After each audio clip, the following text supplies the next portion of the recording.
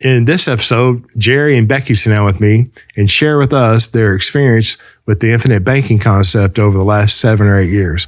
Some of the things that they've done with their policies. Lovely people. I had fun and hope you enjoyed. Thank you for listening. Welcome to the Bank with Life podcast. I'm your host, James Neathery. And today I'm always excited when friends and clients come into the office, but I'm really excited today because Jerry and Becky are here. They just, graciously, agreed to share their time with us. And I'm almost giddy, okay? Because these are great people. They have a great story. I know we're going to have fun, and I think you'll enjoy listening. So welcome to the podcast. Thanks for coming in.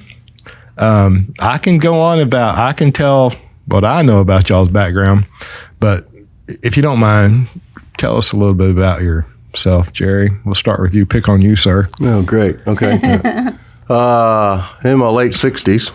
Never thought I'd make it this far, but anyway, you look good. I did. Thanks. Yeah, face for radio. But my career was mainly in law enforcement. Got 29 years law enforcement. Retired from that. Worked for 3 different agencies. After that, somebody had this great idea that I needed to run for public office and be a county commissioner. Who would have thought that I'd ever won? My recommendation is don't ever do that. Don't ever do that. Or don't win and go to work. It was a long 12 years. Just recently retired about a year and a half ago, and just enjoying life.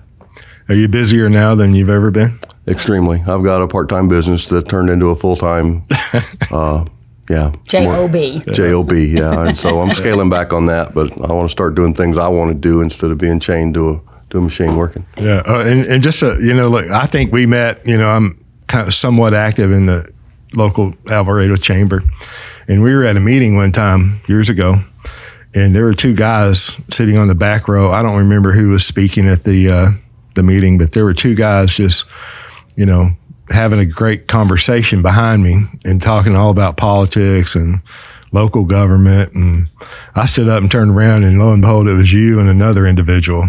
We were talking about buildings on the square of Alvarado. Mm-hmm. Anyway, that's how we met. And since then, we've become friends. He was the commissioner in where the office is here. But we've become friends. He also left out he's an expert shooter. All right. So, he's had these careers, but didn't you coach high school skeet shooting a time or two? Just for one season. The local high school started a clay shooting team. Okay. The concept of shooting team and high school is not what you normally hear, but this is Texas. Most people don't realize in the Metroplex there's 40-something high schools that have shooting teams on them. Perfect. And it's though I helped in the first year that I'm obviously not coach material, Olympic material, anything, but I helped get them started till they could get somebody that knew what they were doing a little better. The guy's a trick shooter, so don't let him kid you. And then I don't know how in the world you married Becky. I don't know how you got her to say yes, but started with a newspaper ad from her. Becky, would you tell us? That's a whole nother story. Look, we've got time. We could make a couple of stories, separate them out. But tell us a little bit about you, Becky, please. Gosh, I've been in a lot of different things. I started out as a school teacher out of college. Then I owned a newspaper for about 10 years, something that was totally out of my realm. And then at that point, I became a realtor in 1986 and have been a realtor ever since. Wow. The real estate market's hopping, isn't it? Oh, my goodness. I tell people in 35 years, I've never seen a market like this. Yeah. It's definitely crazy. Yeah. And you're now a broker. Yes, and I became a broker. I have several agents working with her. Perfect. That sounds successful to me. So, good job. Well, excuse me. How did y'all, get exposed to this idea that you could become your own banker or the infinite banking concept? Okay, I'm taking full credit for this. He's riding your coatiles, huh? Just let me tell you, you can influence your husbands to do some good things. But Jerry drugged me along to a gun show. And of course, like most ladies, I was pretty bored. So I just started wandering around, and I stumbled on this booth, and it had Banking with Life. Becoming your own banker. Becoming your own banker. That's what it was. I'm sorry. I couldn't remember the whole title. But I'm pretty control-oriented, and the practitioner informed me that I could build my own bank, and I was in. So I brought the book home, bought the book, brought it home. I opened the first page, and it was about life insurance. And they nearly lost me right there because I did not. Who wants to talk about graduating? I mean, really. So anyway, I paid $20 for that book, and by God, I was going to read it. So I did. And I will tell you, I still don't understand the deal about the peas in the grocery store. Didn't get that. But when I read the real estate part, it was so eye-opening. I was like, oh my gosh, why haven't I seen this book before? And that's how I got exposed to IBC. And we had an appointment with the practitioner. My husband didn't want to read the book. He had to read the book in order for us to have the appointment. So the night before, he read the book. And that's how we got started with IBC. Did you read it or peruse it? No, I read it. But the hard part was when I first started reading it and it started talking about whole life insurance, it turned me off instantly. I used to work for a company called A.L. Williams many years ago, a little side hustle, which they were in the business of replacing whole life insurance and replacing with term and investing in difference. Sounded really good at the time, but they really slammed whole life insurance when you would talk to them about, how it was a waste of money and you didn't want to do it. So I was kind of indoctrinated into that. So as soon as I saw the whole life insurance in the book, I was pretty well done with the book. Yep. But since I knew that I had that meeting I had to go to, I thought, I don't want to look stupid. So I went ahead and read the book, and then I would read a chapter, and I'd think about it, and I'd go back and read it again, because I thought, I don't remember them talking about this part, and it's looking at the idea of whole life insurance from a completely different set of glasses. I mean, it's just a whole different dimension. And it started making sense. And so that got me started into being interested in it. So it wasn't, a complete beating then going to the meeting? No. Other than I'm not a financial guy. That's her job. She loves it. So, she takes care of the finances and stuff, which is great for me, and because I don't have to worry about it. But I knew that I had to be involved in it in order for it to work. It's just, it's not my thing. I'm not a financial guy. Well, you probably had like death benefit, life insurance at the different agencies you've worked at over the years, right? It was provided as part of your employment. Yeah. You didn't have to pay for it. So I never thought about it. I was young and dumb. I wasn't going to die. I didn't need any insurance. Besides, I was going to be dead. Why would I need the insurance? Very common. Yeah. Never thought you'd make it past 30 or... No, I didn't. No, I was taking better care of myself. I did. Yeah. Well, but looking back, and I mean, I have an idea of the total death benefit that you have, and I'm just saying how comparatively, like you have a certain amount of death benefit now, and you would have retired with a certain amount of death benefit if you'd have, converted it from group to personal. Have you ever thought about that? What death benefit you'd wind up with right now if you didn't discover the infinite banking concept? No, because again, I'm not a financial guy. Yeah. I live day to day about that, and let my wife take care of that because she's really good at it. Right. And she crosses all the T's and dots all the I's, and so I don't have a worry for that.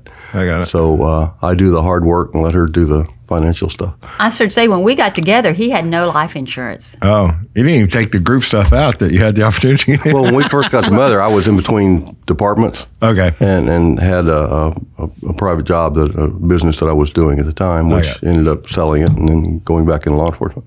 So at that time, no, I didn't have Well, and for that matter, I didn't have any life insurance either. I mean, neither one of us did. I mean, when we got together and married in 2000, we had nothing. I mean, really nothing. I mean, Jerry had his 3 boxes and all of his tools. And I had a small equity, and I'll just say it, $10,000, which is nothing now, in a home that I was in. And that's all we had in 2000. And I just left a divorce. So, and of course, I had divorced also. Yeah, where I lived before I moved up here. And so, we started basically with nothing. And we were in our late 40s at the time, so. Under the gun. It was time to start thinking about some long-term planning. So it was all love, huh? You against the world, with nothing but love, huh? I love it. With those deals, I thought I was marrying a rich real estate agent. No, I married a real estate agent who wanted to be rich. So it worked just as well, though. Well, we make a pretty good team. We're pretty opposite in personalities, but we make a good team. That's awesome. So when you went to the gun show, how long ago was that? Do you remember? 2014.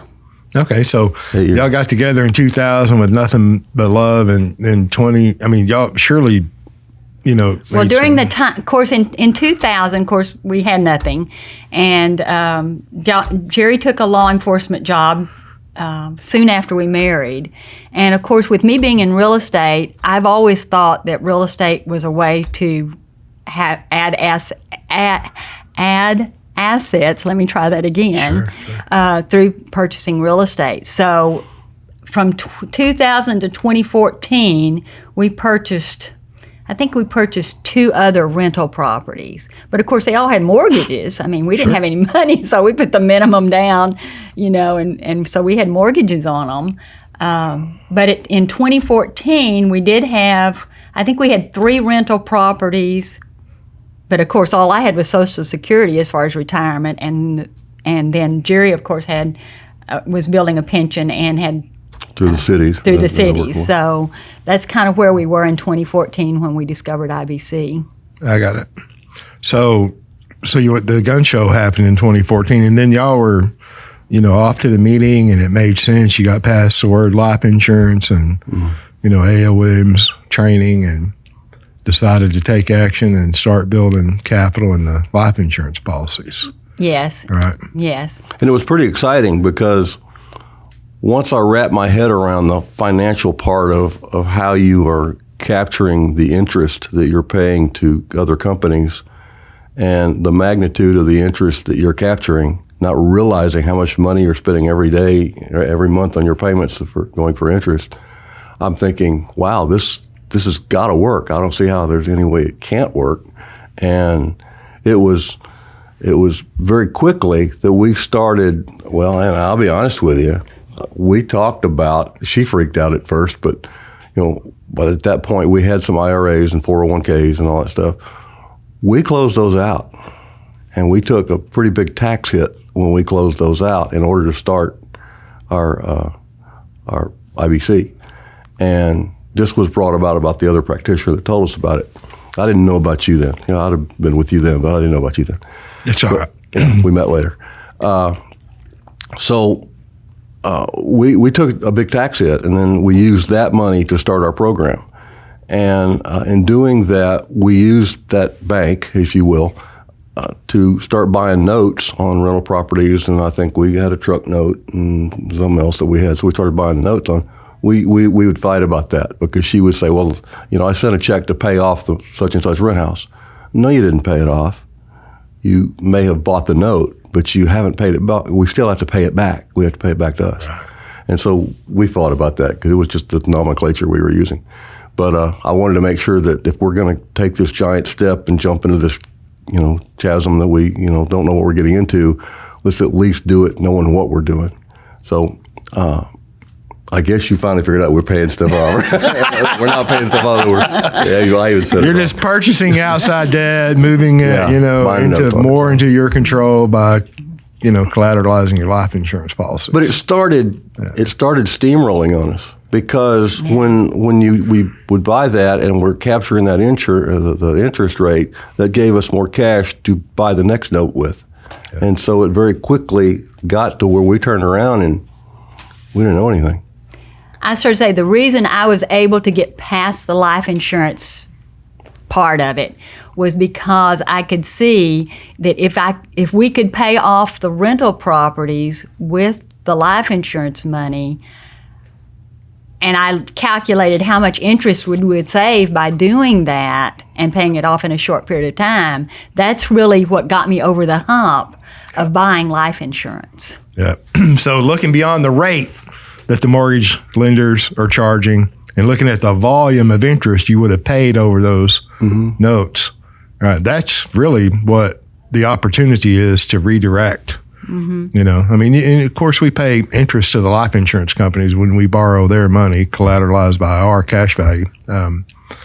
But it was amazing to me in 4 years how we were going from a lot of debt to, I think I was trying to think in 4 years we had all of our debt paid off. Yeah, it was amazing. I mean, that's like 3 rental properties, our primary residence, 2 automobiles. It just was amazing how that could snowball and pay all that debt off. And of course, as a female, we all like our security, and a lot of our security is wrapped up in not having debt. So that's for females, I think that's a very emotional thing about not having debt. Yeah. I think it's emotional, you know, when you talk about money and we talk about your money, you know, it gets real pretty quick, you know. And it's like, so I think I don't know if you had said it or maybe you, one of y'all. It seems that I recall like closing down the 401ks and the qualified plans and taking that hit, which is ordinary income tax at the year of distribution, plus a 10% penalty if you're, you know, under 59 and a half years of age. Which we were. Yeah, we didn't have the penalty, but we did have. Well, that's right, we didn't have the penalty, but yes, we had to pay the. And I know I do want to make a side note that you should not do that without, you know, seeking proper advice from the appropriate financial professional that you work with. Okay. So I'm not saying you should do it or shouldn't do it. I'm just saying you shouldn't do it without the appropriate financial advice, which we are not giving. We're not giving financial advice. We're having a lovely conversation with friends and their clients, but this is not meant to give financial advice. We're just allowing you to listen in if you choose to.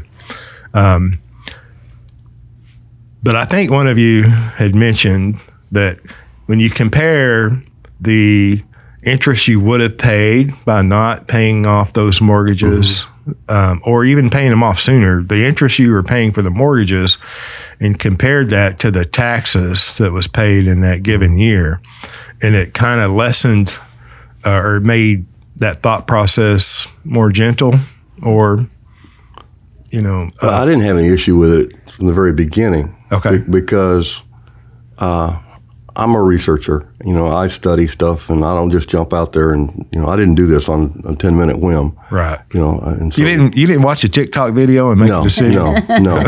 So it was obvious to me that if you do A, B, and C, that D is going to happen. Now, I think the biggest thing, and I've told lots of friends about this program, but what I always tell them is if you're not a disciplined person, don't do this. Because it takes discipline, knowing that, okay, we've just taken money out of an insurance policy and we've gone and we've bought the note on this house or car or whatever.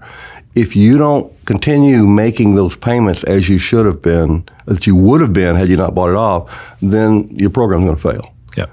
Your overall program is going to fail. So you have to be disciplined in order to every month make those payments, but you're making them to yourself. And so it's easier to do that when you're making it to yourself. And I think the biggest light that went on with her was when there was an analogy made about, you know, if you own your home and you're going to move every 7 to 10 years and you're going to get an interest rate of, 3%, whatever, on a home, with a front-loaded note during that 7 or 10 years, how much interest rate did you really pay? You're paying 3%, but if your house payment's $1,500 and $1,400 of it's interest, you're paying a whole lot more than 3%. That's right. The volume. Oh, it was shocking. 90-something% by volume. They don't care what the rate is. And as a real estate person at that time, she She said, repeat that. And I want to make sure, and she started taking notes. I want to make sure I understood that. And she walked away shocked that night as to how much interest you're actually paying. Well, if you'll take that and move it over into vehicles that you have, or a boat, or if you financed, some work to be done on your house, or anything a credit card, anything that you're doing what you're paying interest on, you can capture every penny of that interest, and it doesn't cost you any more a month than what it's costing you now. Yeah. But your bank, quote unquote, I know you got to be careful using that because we're not really a bank, but it grows exponentially. Yeah, yeah, we're buying life insurance, not Right. banking. Banking is, and I like to say, it's the oldest profession in the world because it is. I mean, it's just a movement of money, Mm-hmm. banking, deposits, withdrawals, checks, loans, repayments. And I'm glad you mentioned that because, the volume of interest is so much different than the rate, and everybody is taught and trained to focus on the rate, and it's the volume. And then when you can get past the word life insurance and you start thinking that of what you're actually doing, because we're all doing something different, right? And then how does it apply to you? And then, you dip your toes in and you go into the action of it, taking over one note. And premium is separate than loan repayment. Y'all didn't fail to pay your premium. You were continuing to pay your premiums and the loan repayments when you were, borrowing against the cash values, which, there's no magic in loans, right? The magic is what you do with the capital. Mm-hmm. And then you can't go anywhere in the free world and get a loan without a loan repayment and without an interest rate. So if you value another lender's money more than yours, that's an adjustment that should be corrected. All right. So if you were paying the credit card 18 or, the home mortgage at 3, and maybe you're borrowing at 5, you should at least pay if it's an 18% rate that you're paying on a credit card, you should make your loan repayments at 18%, in my opinion. And if you've got a home mortgage or a note at 3 or 3.5 or whatever it is, and it costs you 5 to borrow against the cash values, from the life insurance company, just the mere fact that one note is amortized over 30 years and the other note is amortized annually, there's a difference in amortization. So if I borrow money at 5 and I'm resetting every time I make a loan repayment, that note recalculates. Right. Mm-hmm. So every time I make a payment, it is not front loaded with 90% interest. And when you go through that math and then you see it in your own activities, you kind of look around and I don't care. You're going to pay the taxes on that withdrawal anyway from a 401k. It lessens. I want to just address something you said, because this is another hurdle I had to get past, is because I had so many practitioners say you want to pay more interest. For example, you're borrowing from your life insurance policy, and let's say it's 5%. And a lot of practitioners would say, when you borrow money from it, pay yourself back at an 8% interest rate. That to me, it made no sense at all. I'll just say that. That didn't compute with me. But when I realized I'm really paying 5%, plus I'm paying the 3% is an additional premium money I'm doing, then that made perfect sense to me. Right. But that I had to view it in a different light than that it was interest. I had to view it, okay, I'm paying the 5% interest because that's what the insurance company is charging me. But if I charge myself 8%, that 3% is really just adding to my bank. And I love adding money to my bank every chance I get. Right. And Nelson would say that the additional interest, I believe it's on page 59, that additional interest is premium to the life insurance company. Right? We're calling it additional interest on the deal that we're doing, right? But it is additional capital to your system. Right. And then it's which you can work with later. Absolutely. You can use it for something else. Exactly, because you're buying, and that additional interest should go into paid up additions. Mm-hmm. When you pay a PUA premium, you're buying paid up death benefit. The death benefit increases, and then with the additional premium, future dividends increase. Not only in that year, if I paid an additional $1,000, for example, into a policy that I own, I'm going to have $2,000, $3,000, or $4,000 in death benefit increase, depending upon my age. But that additional $1,000 is going to cause my dividend to go up this year and every year into the future. And it's, it's not impossible. It's difficult to demonstrate that and illustrate that, but it can be done. And when you see that, and then when you experience that, it's to the point where, makes sense. I don't care what my credit score is, and I don't care what the bank interest rates are, and I don't care what the stock market is, none of which I can control. But I can control what I pay in premium, limited by, capital and income and all that. But if I put it there and I had the choice to put it there or put it here into this life insurance policy, it's going to the life insurance. You remember, policy. I think it was 3 years ago, the stock market took a major hit, and I texted you and said, James, how much money did I lose last night?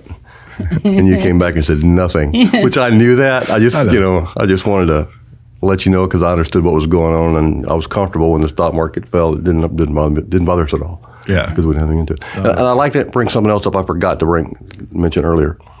When we took the money out of the 401ks and IRAs and all that, and took the tax hit and used it for to finance our bank.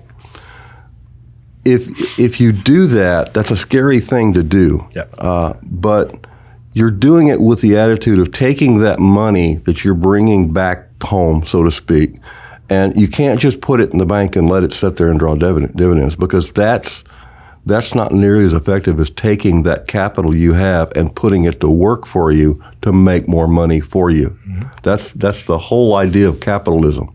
And by buying those notes that we did, we're putting that money to work because now we were capturing the interest. But let's say you didn't owe anything and you were debt free to start with. You could now take that capital out of that you're from your bank, and you could use it to start a business. Or you could use it, to buy more real estate. To buy more real estate, or something like that, to put it to work to make more money, which will far run the amount of money that would have been made in the 401. Again, not financial advice, because I'm the last one in the world you want to get that from. We're just telling what we do. Just what we did. Yeah. You put the money to work for you that will make more money than what it was sitting in the bank. I agree. And being a realtor since the mid to late 80s, you've got somebody out there buying the notes, looking at the property, and knows the market, right? So that's almost like, I don't want to say a no-brainer, but the best investment that we all have is in us, number one, and then number two is in something that we know. Yes. Right, and real estate, y'all know real estate. Can you tell him the deal about the house and the lot? And we use the money? I can. Are you okay with that? Yeah. I was trying to think. This was during the pandemic, 2020.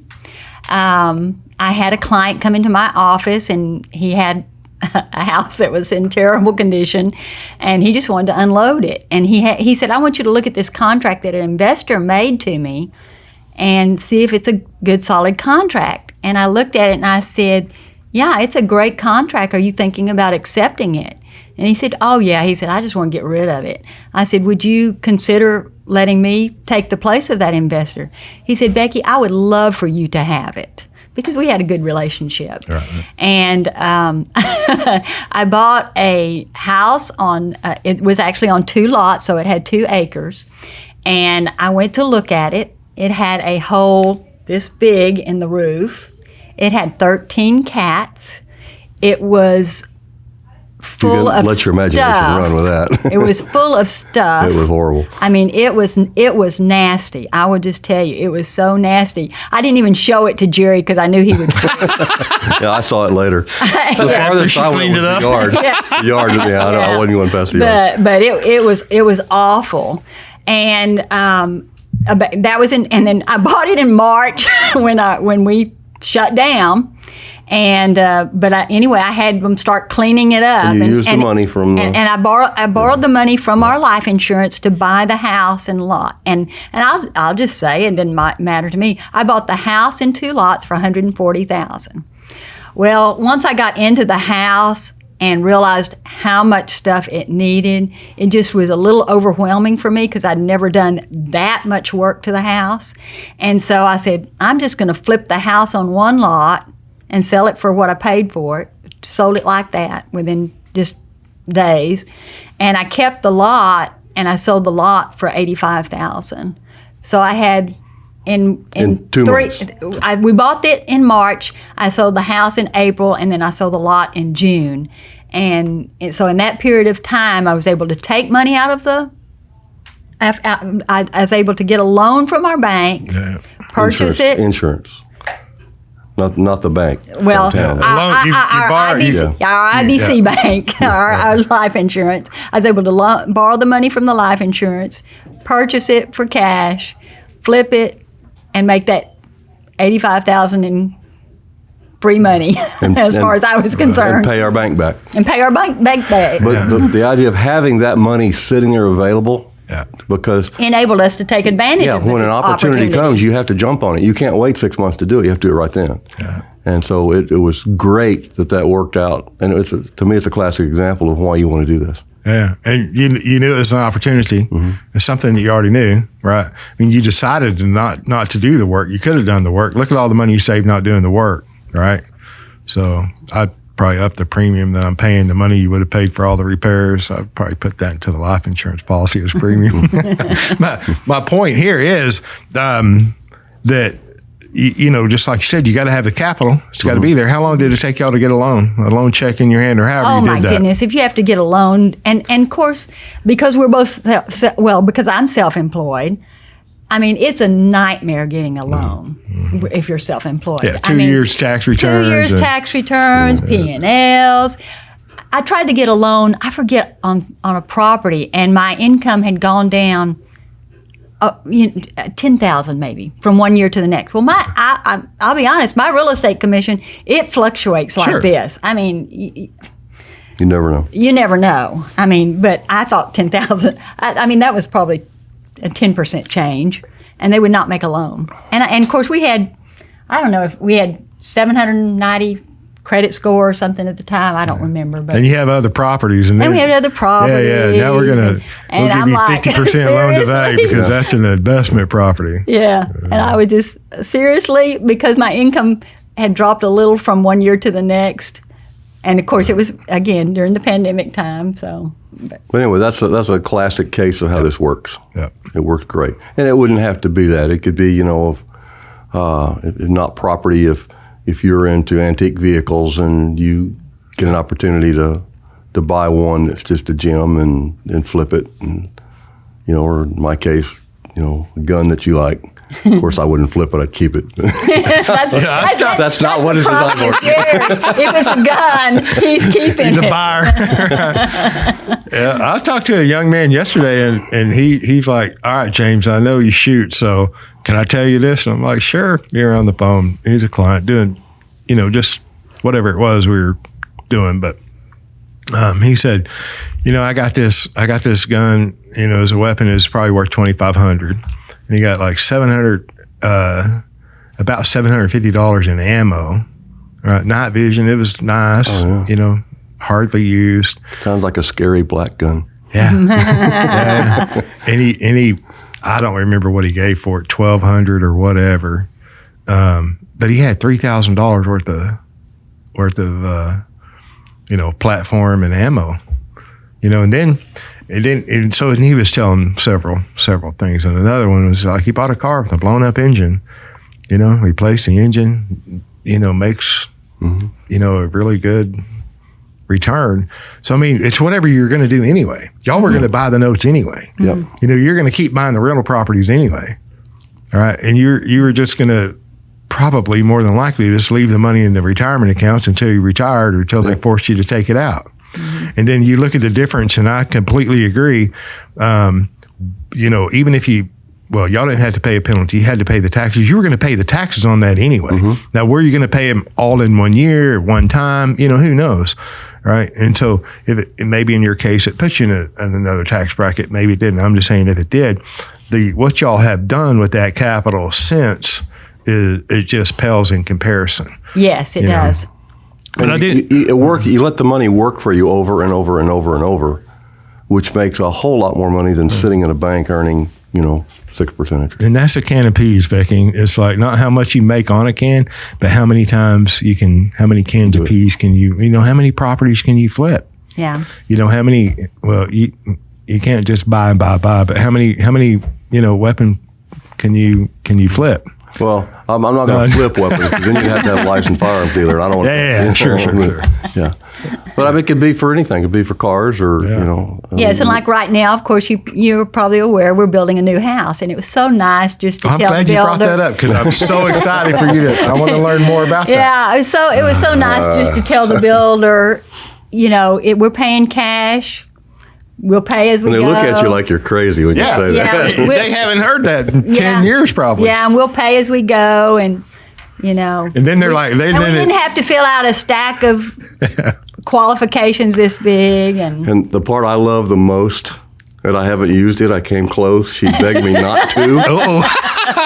Dealing with the builder that is not as married to the house as you are. And when you get the quality issues or they're not doing what they're supposed to do, I have the ability to say, go pick up your sign and move on. We'll finish it somewhere else.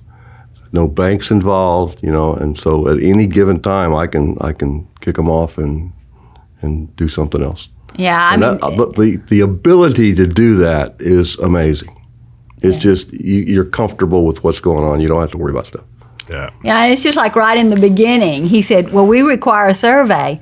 I said, "Who's requiring it?" He said, "Well, the mortgage company or title company." I said, "We don't have a mortgage company. We don't have a title company, so we don't need a $2,000 survey that's useless."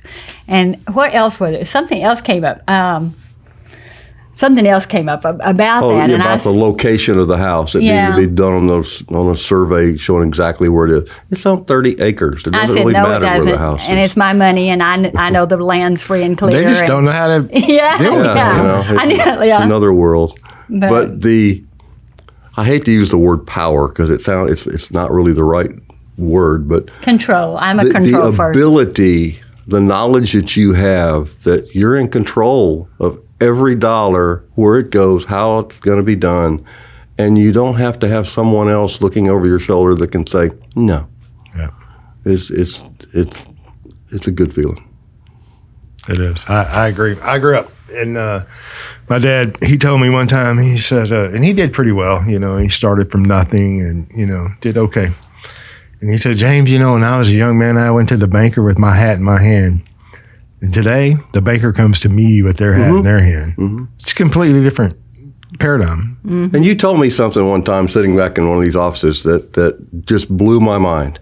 We had bought the note and actually paid off the note to our house. And you said, time to refinance it. And I went, what? Because, I hadn't gotten that far in the book, I guess. And you said, yeah, because you have a tremendous amount of equity sitting there that you can put to work for you. Well, okay, that's another door opening I had never thought of before. We haven't had to do it yet, but to know now that if something big comes along, we've got the equity if we needed. It'd take a little longer to get that, but it's doable. Did I tell you to do it, or did I tell you to consider? Well, you said, how come you haven't refinanced it yet? Because at the time she's out buying notes and properties. So anyway, but it's options. You have options that you don't have any other way. Yeah. I'll tell you another neat thing, and I'll probably get emotional saying this, but another neat thing is, when we started this, we had nothing. And I will tell you, when I divorced, my big goal was I just want to pay the bills on time. Yeah. I don't want to have the electric company calling me and shutting off my electricity. I said, I just want to pay the bills on time. And so we have moved from that kind of position to... I read the book again, and it said, you could buy life insurance policies on your grandkids. Mm-hmm. Okay, I have 3 grandsons, and it's so exciting to me to be able to buy life insurance policies on them and know, and they're just small, but to know that I can pass on money. That's 3rd generation. Then you're affecting the 4th generation because they're going to grow up and have children too. Mm-hmm. Then you may or may not get to meet them. Right, 'cause Yeah, your grandbabies probably are young. not, but Yeah. because They're going to have to hurry. Yeah, I'm just saying. My grandchildren are all little, 6, 3, and 1. But it was just to go from that extreme to being able to provide money. Yeah, that's awesome. I feel like I need a Kleenex. I don't have any. Oh, here I'll do that. Look here.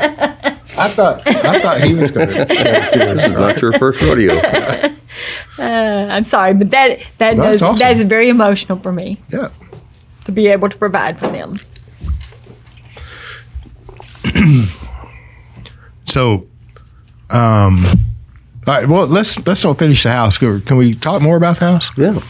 I mean, y'all are financing the house. You got control. Mm-hmm. You're ready to fire the builder at any moment. Yeah, and we can. And may still. Well, I told Jerry, please don't fire the builder because I know what would happen is Jerry would build it, and he doesn't need. At our age, we don't need to be. You need the builder. We don't need to be doing that. And Jerry's, I'd contract it Jerry's a out, but- perfectionist, and so I can hire contractors to do it as well as the builder can. In fact, we talked about it ahead of time. I said, why are we hiring this company to do it? Because they're going to add money to the cost of the house just for doing it. I'm retired. Why don't you let me do that? And she said, no, I'm not going to live with you while you do that. So, okay, well, whatever. I know he's a perfectionist. I You're a know smart lady. I know it would take a lot longer for the house to be built. Well, it's been a year and 8 months so far. Yeah, So but you would they ordered our door last August, our front door. Wow. And I just as soon go buy one at Lowe's, and put it on there. But they know we gotta put this type of door on there. So it may change. And so y'all are just financing that through policy loans, Yes. right? And then what's the strategy for loan repayments? Well, then what will happen is once we move into the new house, then we'll go and sell our old house and repay the loan. And then we're back to not owing anything again. Yeah. And you controlled the whole thing. Mm-hmm. And if the market's down, when you are ready to sell your older home, Then we'll just lease it all right. and keep it for rental property. and that payment will pay the loan back Yeah. So, I mean, at interest. and here's my question. I don't know the answer to this, so I'll just ask. Okay, if we are getting 5% dividends from the life insurance and we're making money on the house, so are we getting like if we sell or finance some of our houses, rental properties. So if we take that money, let's say we're getting 5% on a mortgage loan from a So you're carrying the note at 5. I'm carrying the note for John Doe. I'm carrying the note for John Doe, and I'm charging him 5%. Right. Am I getting 5% there plus the 5% from the insurance company? Well, I love that question, and it comes up often, and there's really a lack of clarity in the infinite banking footprint, right, on dividends. You see it all the time. I hear it all the time. So the dividends currently, the companies declare a dividend annually, and then they pay the dividend at the end of the policy year, right? All right, well, that dividend is the policyholder's share of the financial experience of the company because it's a mutual company and policyholders are owners of the company. And the dividend is not guaranteed. Right. And let's say that a dividend, and the rates today are between 4.5% and 6% of what generally all the mutual companies have declared. Okay. So in the question being if I have a 5% dividend, right, that is not the internal rate of return of your life insurance policy. So a 5% dividend could, and you can look at the illustrations that you have, and if you know that the dividend is 5%, you look, here's a premium that I paid, here's the dividend, and then that's added to the total cash value, and that dividend will not calculate to a 5%, straight line 5%, just in any way you want to calculate those numbers on that illustration. Okay. All right, but that dividend will represent the rate that the company has declared and is paying. All right, so I like to say this because there's a gross dividend, a net dividend, and that's terminology within the life insurance industry. Whenever you look at a dividend-paying whole life insurance policy in the illustration, the growth is coming from two components. Right, there's a guaranteed cash value increase every year because the base face amount policy that cash value must equal the face amount at age 120. So on a whole life policy, straight whole life, no riders, I pay a premium. There's zero to very little cash value in the first 2 years. Mm-hmm. But that cash value must equal the face amount at age 120. So by contract, that cash value in the base whole life insurance policy is growing every year. So that's one component of the accumulation. Right. They call it, they talk about a cash value, interest, and all of that. But that component, which is guaranteed, and the non-guaranteed dividend, the combination of those two create the cash value accumulation. Okay. Now, instead of, and it's promoted all over social media that, well, if you have a 5% dividend and a 5% loan rate, it's a wash, right? Well, wash is exactly a universal life term. They've used that in the universal life industry to say, oh, it's a wash loan. So it's language that's particular to an industry, and then particular to products, and then kind of misconstrued in general. Does that make sense? Mm-hmm. Okay. The combination of, the dividend, non-guaranteed, the cash value increase, that creates the growth. Which I already said, I'll go back to the 5% dividend and a 5% loan rate. Is it a wash? No, it's not. And you take the increase in cash value on a guaranteed basis and then the dividend on a non-guaranteed basis, and then you can calculate an internal rate of return on a life insurance policy. And that's the number that you should know and you should use to compare with all of the other things that you do. Okay. And then it's the same thing with the note though. Y'all have put out money, right? And on property, now you're selling the property and you're carrying the note, right? Well, there's cost. You have cost in all of that operation. And so the net is going to be an internal rate of return. Your outflows, your incomes over whatever time period minus your expenses, you get a net internal rate of return on every deal. And so and my encouragement would be to think in terms of internal rates of return on each deal, right? Especially in the real estate. But then you can do a more equal comparison with life insurance and any other asset when you look at the internal rates of return. So that makes sense, kind of?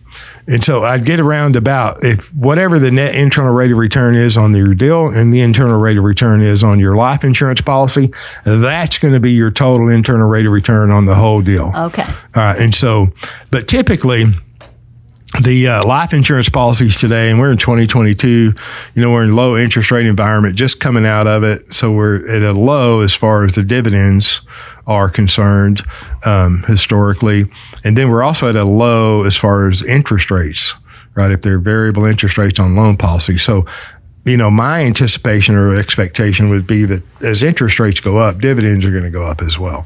But if you look at today, you build an illustration and go out into the future, the internal rate of return is going to be a net equivalent of about, 3.5 to 4.5% in general.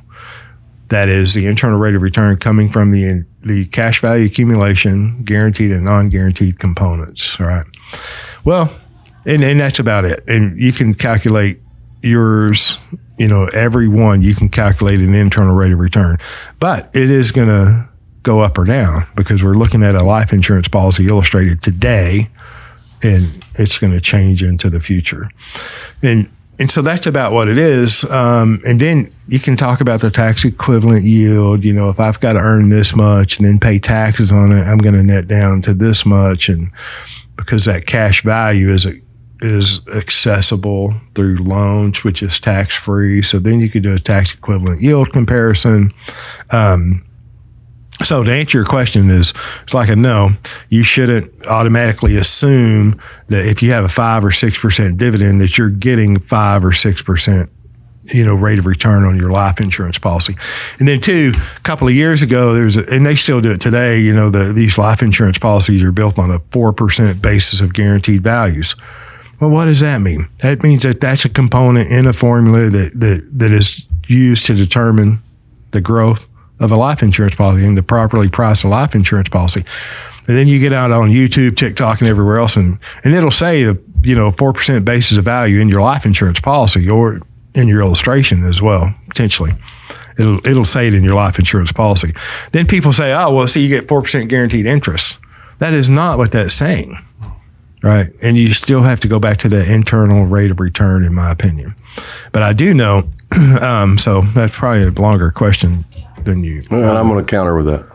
Okay. From a non-economic type of guy. Okay. I don't really care what that is. Right. Because the bottom line is I have an amount of money sitting there that I can take out and use it to make a whole lot more money than 4%. Yeah. And then put it back in. Right. So I get what you're saying, and I'm not trying to be rude. That's okay. But having the amount of money to work with to make you more money is much more valuable than whatever the rate of return is. Yeah, and there's no place to put that value that you're speaking of. Exactly. And I completely agree with you on a life insurance illustration. Right? There's none. So I didn't buy. Sorry, I know you're in the business, but I didn't buy the insurance for the insurance. I know. I bought it to have this bucket of money that you can use to make more money with. Yeah, I agree. So and I agree. And life insurance doesn't come without a death benefit. Sure. Right? It doesn't come any other way.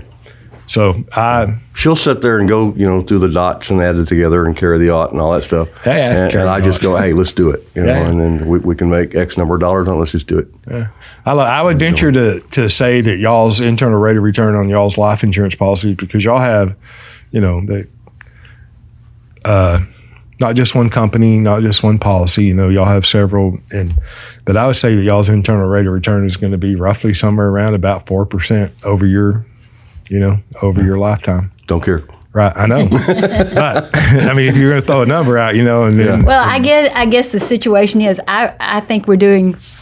I'm going to brag on us. I think we're doing really well, because what we did is we paid off the debt on that rent property with a loan from our life insurance. So we owned that property free and clear. And recouped the interest. And after looking at how the real estate mortgage notes are front loaded, I'm like, I want that. I want that kind of front loading. Yeah. And so by seller financing it, we're getting that front loaded vehicle that's a whole lot more than 4%. I can't remember what the percent of interest was, but it was just phenomenal. That's right. I mean, that's really kind of an issue that we all have to go through and deal with. It's like, because we're trying to, the life insurance policy, what is that rate of return? Is it the dividend? Is it the guaranteed interest rate, that they issue for the basis of values? And then it's like,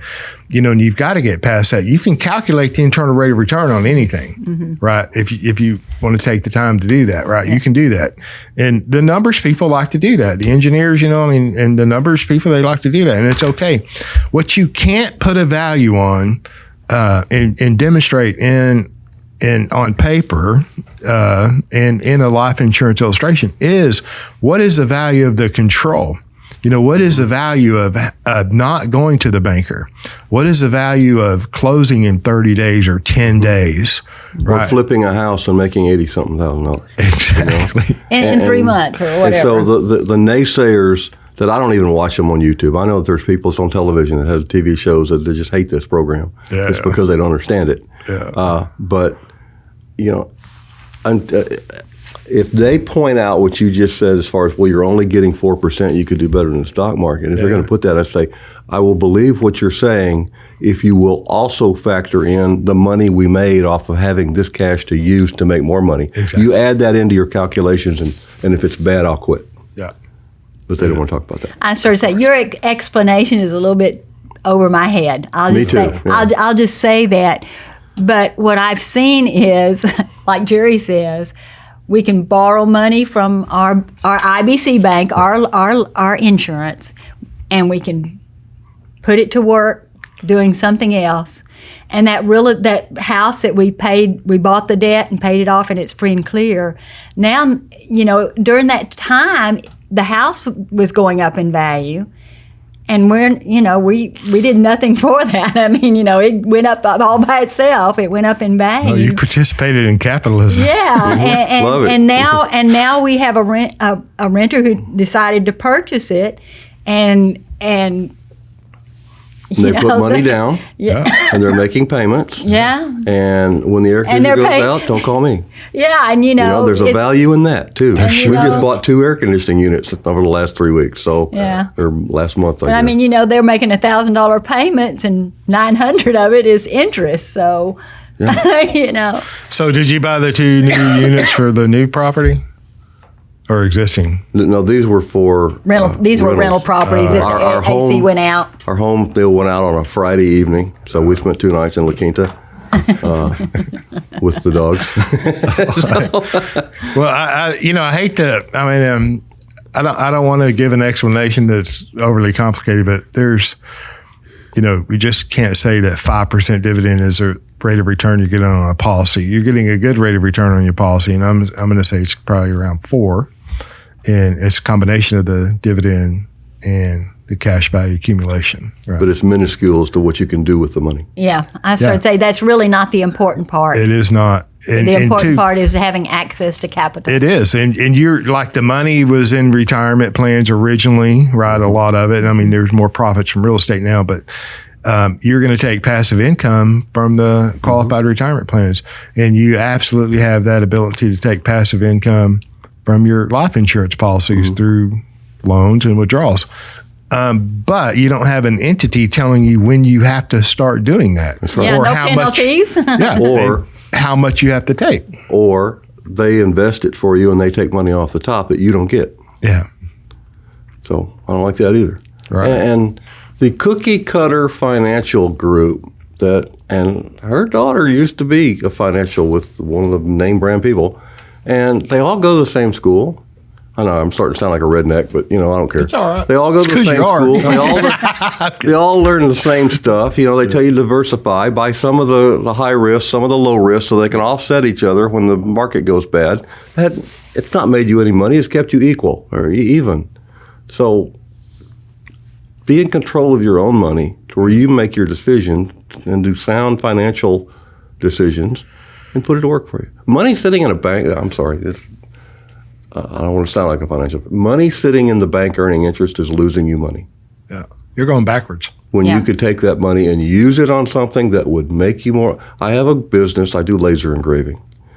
And I bought a used laser for $12,000. And if you don't want me to tell this. No, it's fine. I don't mind.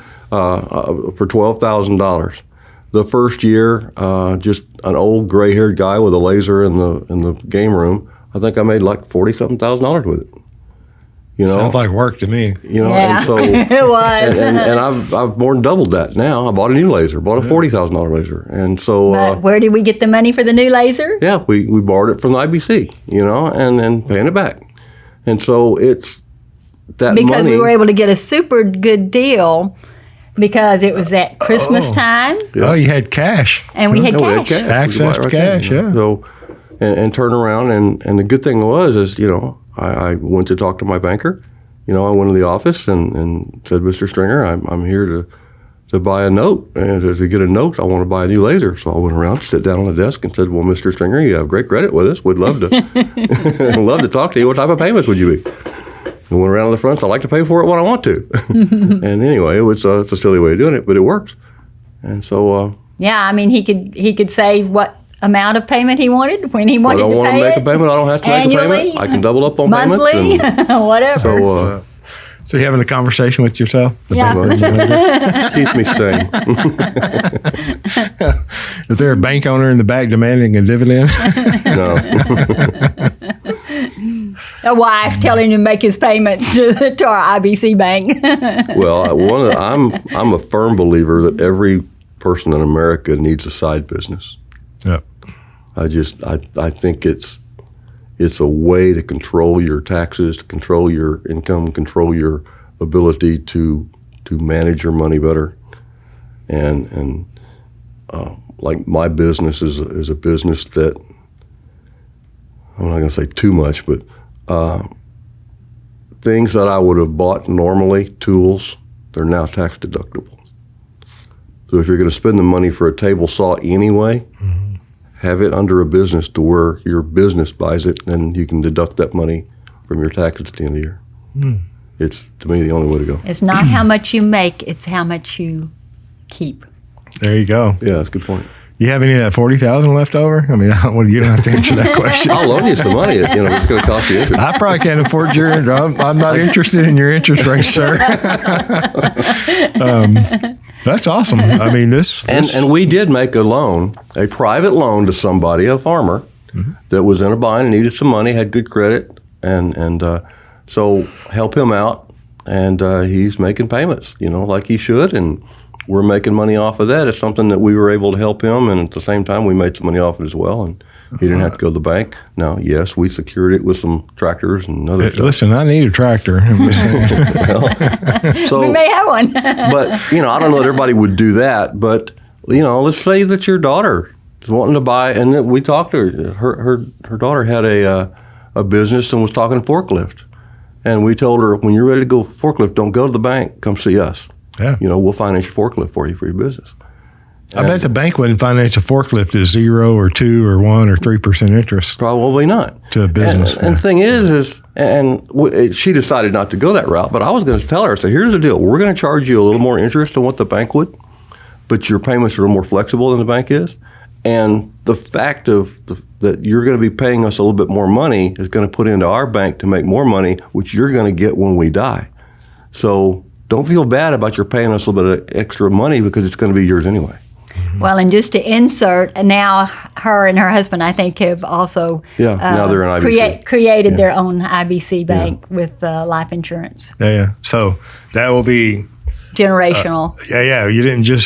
They weren't just jumped, right? I mean, y'all have policies on your grandchildren, but now your children are doing it. I mean, that's very, very powerful. Yeah. I love that. That's a great point that most people don't really understand. Why would I pay, just give me the money to buy whatever it is I need, mom, dad. Why do I have to make payments, right? Well, because you'd have to make payments anywhere. We learn responsibility for one. Well, yeah, and we're big on that. I mean, we've never loaned them money. Her 6-year-old has to work for his allowance, and then he has to pay. Like he's wanting to set up. We're going to have a big moving sale, and he's going to have a table there selling soft drinks. At the deal, but he's going to pay us rent. You're charging. He's a vendor, and you're charging him face. It's not to be a lot, but it's to learn. He understands the system that way. Bless her heart. My daughter's pretty hard on him, I think, but she explained to him, okay, you earn money to buy your deal. Well, one of them wanted to buy a rubber snake, and he didn't quite have enough money. And she said, okay, well, I will loan you the difference, but you have to pay interest. What's that? Well, you have to pay it back by this amount of time, or you owe me interest. And the 6-year-old's like, oh, you don't want to do that, Hudson. You want to pay it on time. And when you build a house, there's nails everywhere. Oh, yeah. I pay them a nickel a nail for all the nails they bring me. Oh, perfect. Did you buy magnets? No. No? Oh, no. No, that'd be done in 30 minutes. This keeps them busy for all afternoon. Oh, so it's not about the cost of it. I got it. Take all day to gather them up. But you teach them that when they're young. Sure. Yeah. And that'll stay with them the rest of their life. Yep. I got it. Well, the idea that a loan repayment on a family member who's a direct beneficiary of your policies, I mean, talking about creating an ecosystem that you're controlling, and it's all about trying to keep the capital within your personal economy, which includes, your family to some extent. That's pretty powerful.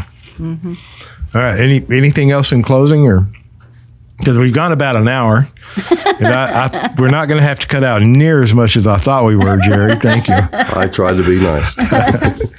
This catching this guy off the mic sometime is like. I'm surprised you even asked me to do this. Yeah. So listen, thank you very much for coming in. I've had fun, and this, type of conversation is really, in my opinion, what people need to hear, whether or not they participate in the infinite banking concept or not. But if you're going to vet it, I think this is beneficial. So thank you very much. You're never too old to learn something new. You're not. Yeah, y'all are in your 60s starting, right? Is that what you said? You're not too old. That's another, people think automatically in their 40s and then in their 50s, I'm too old. For what? No, it was a chunk. We had to pay a bigger chunk to get started in our 60s than you would have had in your 20s. But the cost of death benefit goes up. Do what you have to do. But you weren't buying a lot of death benefit. Right. You're creating capital. Okay, fun. Thank you for having us. You're welcome. Appreciate it. Thanks for asking. Thank you. I appreciate y'all. All right. Thank you for listening.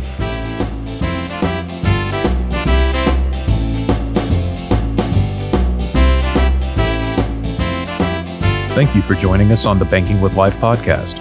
If you're watching on YouTube, make sure to like and subscribe and click on that little notification bell. Otherwise, join us on Apple Podcasts and Stitcher for weekly content.